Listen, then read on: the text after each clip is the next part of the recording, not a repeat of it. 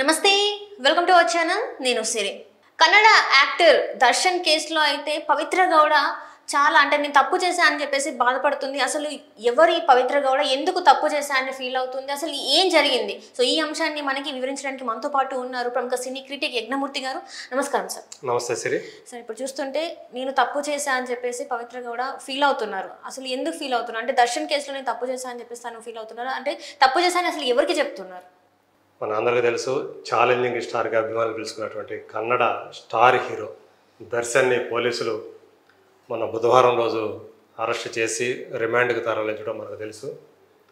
So ఇదే కేసులో A1గా ఉన్నటువంటి నిందితురాలు ఆయన ప్రియురాలని చెప్పుకోవాలి. ఎందుకంటే 10 ఏళ్ల నుంచి తాము అనుబంధంలో ఉన్నట్టు ఆమె ఈ సంవత్సరం జనవరిలో తన ఇన్స్టాగ్రామ్ పోస్ట్ ద్వారా బయట ప్రపంచానికి వెల్లడించడం, ఆ పోస్టే ఇప్పుడు ఈ అంతటికి కూడా ఒక ఘోరానికి దారి తీయటం అనేది మనకు తెలిసిందే.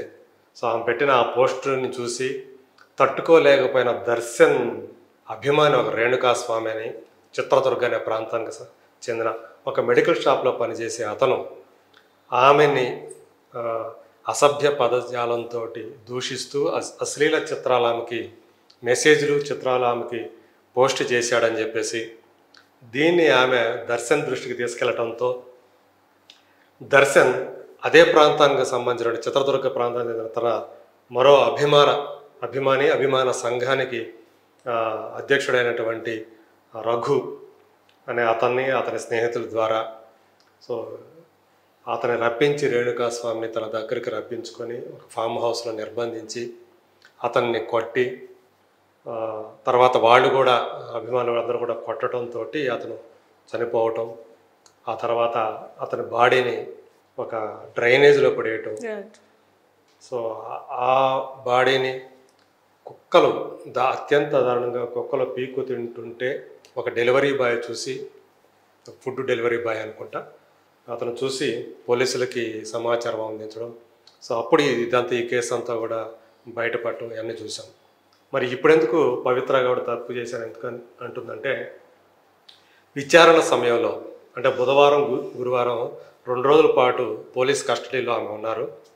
ఈ కస్టడీలో ఉండి ఆమె నేను దర్శన్కి ఈ విషయం చెప్పి, అంటే రేణుకాస్వామి తనకు అశ్లీల మెసేజ్లు పంపించినటువంటి ఆ విషయాన్ని దర్శన్కి చెప్పి తప్పు చేశాను, అలా కాకుండా దర్శన్కి చెప్పకుండా నేనే ముందుగానే మీ దగ్గరకు వచ్చి నేను కంప్లైంట్ కనుక ఇచ్చినట్లయితే రేణుకాస్వామి మీద ఇంత ఘోరం జరిగి ఉండేది కాదు అని చెప్పేసి ఆమె విలపించింది అని చెప్పేసి పోలీసు వర్గాల నుంచి మనకు అందుతున్నటువంటి సమాచారం. Right sir. అంటే ఇక్కడ చూస్తుంటే అసలు పవిత్ర గౌడ మన దర్శన్ లైఫ్లోకి అసలు ఎట్లా ఎంటర్ అయింది సార్? యాక్చువల్గా పవిత్ర గౌడ ఒక టెలివిజన్ ఆర్టిస్టు, ఒక మోడలు, అలాగే ఒక ఫ్యాషన్ డిజైనర్. తను ఒక బౌటిక్ కూడా నడుపుతున్నారు. సో అందులో అంటే సంప్రదాయ చీరలు, సో ఇలాంటి వస్త్రాలని ఆమె డిజైన్ చేస్తూ, అలాగే మరోవైపు టీవీ అండ్ ఫిల్మ్ ఇండస్ట్రీలో కూడా ఆమె ఒక నటిగా కొనసాగుతున్నారు. 2016లో 54321 అనే ఒక సినిమా ద్వారా ఆమె ఫిల్మ్ ఇండస్ట్రీలోకి అడుగుపెట్టారు. సో ఆ తర్వాత చిత్రంగళ్ళు అనే ఒక సినిమా ద్వారా చిత్రంగళ్ళు అనే సినిమా, అలాగే కొన్ని సినిమాలు ఆమె యాక్ట్ చేశారు. ఈ నేపథ్యంలోనే విజయలక్ష్మి తోటి, అంటే విజయలక్ష్మి దర్శన్ భార్య, సో ఆమె ఒక 10 ఏళ్ల క్రితం తనని దర్శన్ వేధిస్తున్నాడు, తనని కొడుతున్నాడు అని చెప్పేసి ఆమె పోలీసులకు కంప్లైంట్ ఇస్తే తనను దర్శన్ తీసుకెళ్ళి జైల్లో పెట్టిన సందర్భం ఉంది. సో ఆ టైంలోనే దర్శన్కి ఈమె సపోర్ట్గా నిలిచి అతనికి దగ్గర అయిందని చెప్పేసి మనకు అందుతున్నటువంటి సమాచారం. సో అట్లా అంటే ఈయనకి పెళ్ళి 20 ఏళ్ళు అయింది, ఆమెకి పవిత్రకు వచ్చేసి ఒక 10 సంవత్సరాల క్రితమే విడాకులు అయిపోయాయి. సో ఆ తర్వాత దర్శన్ తోటి ఆమె కలిసి సహజీవనం చేస్తున్నట్టుగా ఆమె పెట్టుకున్న ఒక పోస్ట్ ద్వారానే ప్రపంచానికి తెలిసింది.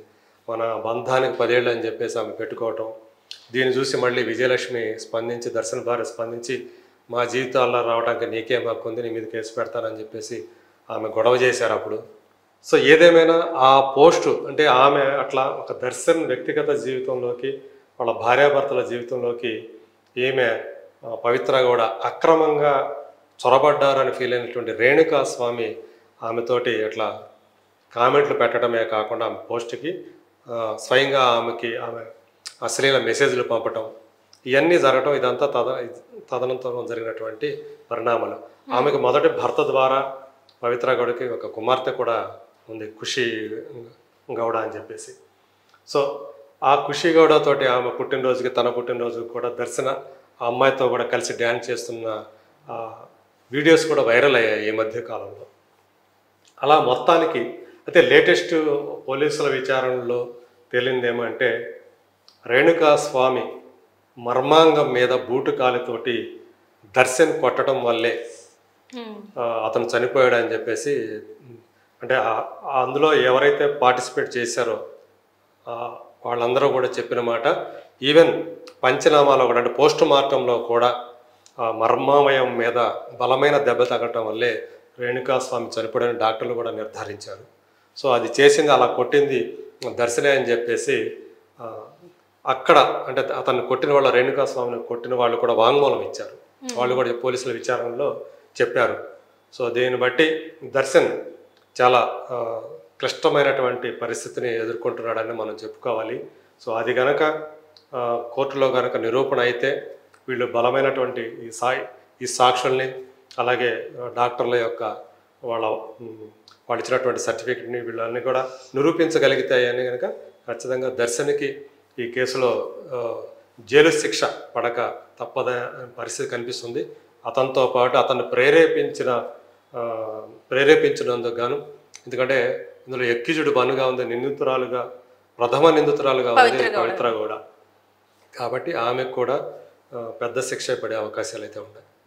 అంటే ఇక్కడ చూస్తున్నట్టయితే దర్శన్ కోసం వాళ్ళ అభిమానులు మేమే చేసామని చెప్పేసి కూడా వాళ్ళు ముందుకు వచ్చారు. అంటే అతనికి శిక్ష నుంచి తప్పించడానికి వీళ్ళు ముందెళ్ళి 10 లక్షలు ఇచ్చేది ఉంది, సో అందుకే మేము ఇలాంటివి చేసామన్నారు. మరి ఇప్పుడు దాన్ని అంటే ఇప్పుడు వాళ్ళు అందరూ ఒప్పుకున్నట్టేనా మొత్తానికి? ఒక్కో మనిషికి 5 లక్షల చొప్పున ఇచ్చారు.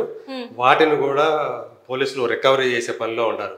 సో అందులో దర్యాప్తులో భాగంగా ఆ డబ్బులు కూడా రికవరీ చేసి, సో వాళ్ళు కూడా అంటే ఎందుకంటే వాళ్ళు తప్పుడు సమాచారం అందించారు కాబట్టి పోలీసులకి వాళ్ళు కూడా కేసులో ఇరుక్కుంటారు.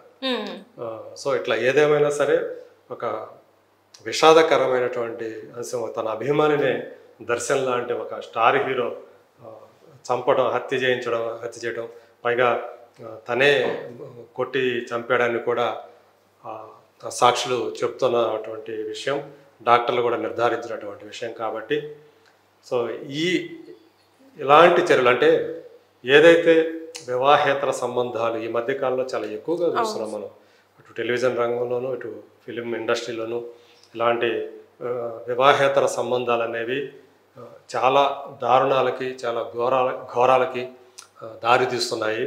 సో కాబట్టి అందరూ ఈ ఉదంతాలన్నీ కూడా చెప్తుంది ఏంటంటే మనం అంటే అందరి నలుగురికి తెలియజెప్పే ఒక స్థితిలో ఉన్నప్పుడు, ఎందుకంటే సినిమా హీరో అంటే అతను ఆరాధించే వాళ్ళు ఎక్కువగా ఉంటారు కాబట్టి అతని ప్రవర్తన అనేది మార్గదర్శకంగా ఉండాలి. కానీ ఇలా దుందుడుకు చర్యలకు లేదా అంటే ఇలాంటి సంబంధాలు ప్రేరేపించేటట్లుగా ఉండకూడదు అని చెప్పేసి ఈ ఉదంతం చాలా గట్టిగా చెప్తుంది. Right sir, right. Thank you so much sir.